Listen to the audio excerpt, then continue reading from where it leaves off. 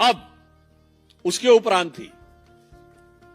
1977 में कांग्रेस की हार के बाद बाकायदा मॉस्को में बैठक हुई कि भाई इतना सब कुछ करने के बाद भी हम हार कैसे गए। अब उसके बाद भी किसी को नहीं समझ में आता है कि क्या कंप्रोमाइज होता है, तो फिर उनको और बेहतर तरीके से समझना चाहिए। मैं ये भी कह रहा हूं, विकीलीक्स में जो लिखा है मैं नहीं कह रहा हूं ये पूर्णतः सत्य, पर आज तक कांग्रेस ने उसका खंडन नहीं किया है। विकीलीक्स में लिखा हुआ है कि जो न्यूक्लियर टेस्ट पाकिस्तान करने जा रहा था in the decade of early 80s, और इस बारे में एक अमेरिका के जो न्यूक्लियर इन्वेस्टिगेटिव एनालिस्ट हैं रिचर्ड बर्लो, उन्होंने भी अपनी किताब में लिखा कि इन अर्ली 1980s पाकिस्तान के कहूटा रिएक्टर को डिस्ट्रॉय करने के लिए एक प्रस्ताव आया और इजराइल उसमें सहयोग करने को तैयार था, मगर मिसेस गांधी इसके लिए तैयार नहीं हुई। और अगर ऐसा हो जाता तो आज भारत नहीं, उसने लिखा विश्व में बहुत सारी समस्याओं का समाधान हो सकता था।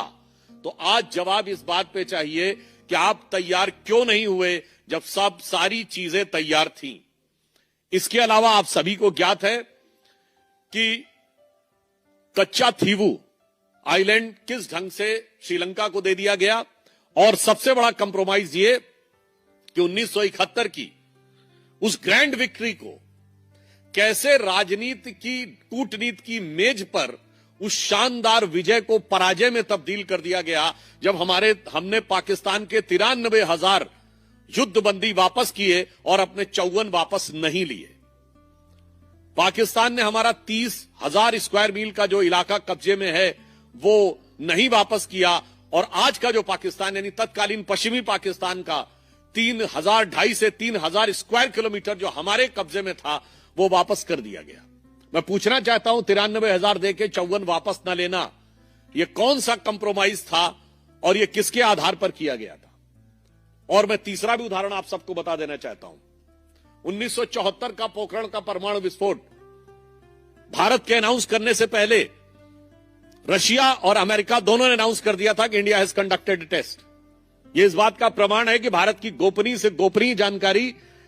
भारत से पहले उस समय की विदेशी शक्तियों के पास थी, और उस समय इंदिरा जी की सरकार ने बड़े विनम्र स्वर में झुककर कहा था ना ना, हमने ये हथियार के लिए नहीं किया है, हमने शांतिपूर्ण कार्यों के लिए किया है, इसीलिए भारत पे प्रतिबंध नहीं लगा था। उसकी वजह 1998 में जब 11 मई को दोपहर 3:15 बजे अटल जी ने कहा था India has conducted a nuclear test in Pokhran range, it was a